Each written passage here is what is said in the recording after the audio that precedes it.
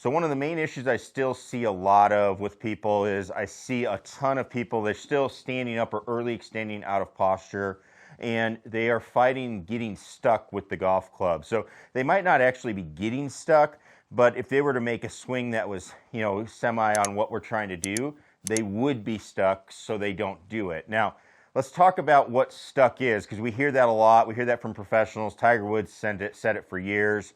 And what is actually going on with being stuck? So I've got this 7-iron here. It would be with any club. That doesn't matter. But what happens is when we go up to the top of our swing, we get up here and the club starts to come down. And what we want to have happen is the club is going to start working in front of our body. And what we're trying to have happen, if you watched our last video about compressing the golf ball, we're trying to get the club down in front of us so our trail arm can put pressure on the back of the golf club and help go down the target line or even around our body through to the finish. And that's how we can create some compression, distance, all of that good stuff. What happens when people get stuck is they are coming down and this club is actually getting behind their body. So we'll talk about why that's happening, but this trail arm is usually behind. A good reference point is on a shirt, you have a seam line. Your trail elbow is getting behind that seam line, and then you've got to work from there. It's hard to do, and what ends up happening is a lot of times you're not able to get to the ball when that happens. So then this right arm, or for me, right arm, the trail arm needs to work out away from our body, and then it really starts to manipulate the club face as we go.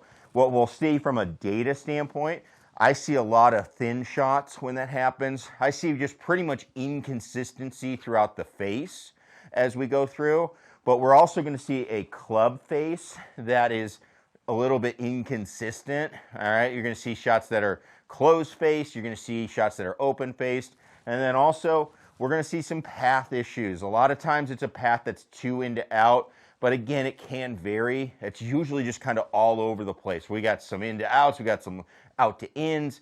A lot of things are going on from the numbers standpoint. So just leads to inconsistent golf. Now, what is happening when we are having this stuck feel or our body is in the way and we got to kind of get out of the way somehow?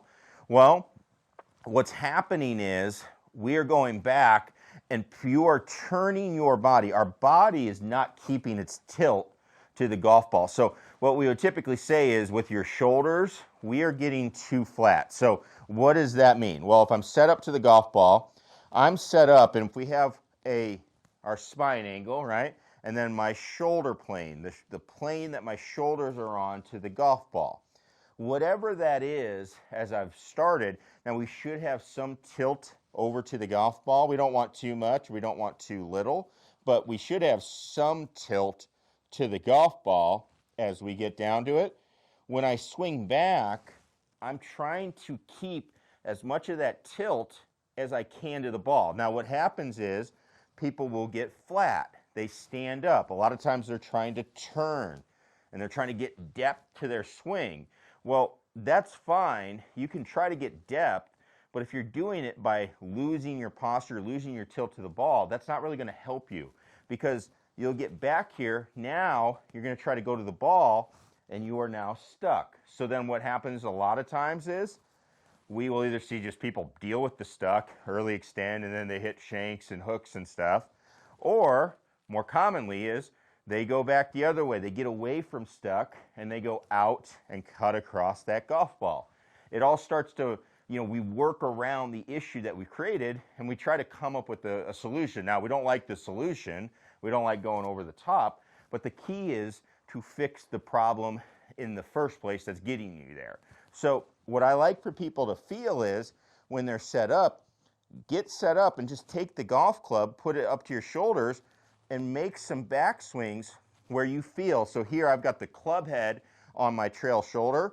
I want that club head to be higher than the grip here. Just make some turns back, keeping that club head higher. You can also do this on your hips because you can get flat with your hips as well. Let's just get, it's not going to be as much as your shoulders, but let's just get that trail side a little higher. And then when we go through, we're just doing the opposite. Let's get the club head now a little bit lower, and let's get the club head a little bit lower. By doing that, what ends up happening is my upper body stays closer to the ball. I stay in posture, and I now have room for that club to go through, and my trail arm can work through the golf ball and pressure and drive all the way through the shot. So just like we do when we're working on the compression, love for people to do some little small swings here. So I'm going to get set up, rehearse it, just a nice smooth one here. Okay, not too concerned about where it goes, but we'll see a decent one there. Maybe a touch thin for me on that one, but not bad. And then we'll go from there. Again, let's do another one and work our way through. There we go. Working our way through, much better on the strike there.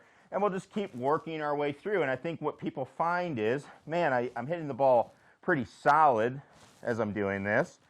But what they'll also find is, as we hit shots, we have a 3.6 club path there. Let's do it again. 3.2.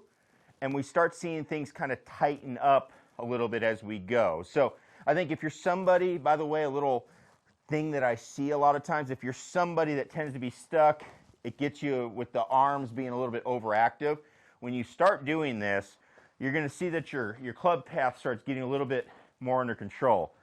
Your hands are still going to be pretty active because that's what they are trained to do. So a lot of times I will see people pull the golf ball. I am one of these people, I tend to be this way, where I'm swinging out and I can't get the club to, calm down a little bit. I work on this. So what I find is you still have that active hands that you have to calm down a little bit. So as you do this, if you find that you're pulling the ball left, just keep in mind as you go through, all right, I'm tilting, but this time I'm going to feel just a little bit less of that hand action as I go through. And now I'm going to hit one much better on that target line. And again, as you can see, path is calming down, face is calming down, contact's pretty consistent. A little bit off as we're doing the drill. I would like it a little more center, just me being picky, but still not bad. For a lot of people, you can see all of those shots are pretty decent and are going to work. And again, that's what we're looking for. We're looking for more consistency, which means make your bad shots less bad. That's really what it is all about. So that's how we start fighting that stuck, that feeling of stuck, which then start leading to early extension, overactive hands, or over the top. You got to work on your tilts, work on your angles, control those so that way you have room and you can work the club properly in the golf ball. You're not trying to make up for something that happened earlier in the swing. But if you want to learn more about tilts, again, great video that we did earlier in the year with Billy Fitzgerald. He talks a lot about this subject as well. I will link that up here. And if you're not a subscriber, we'll see you in the next video. Click that subscribe button to check it out, all right? We'll see you then. Peace.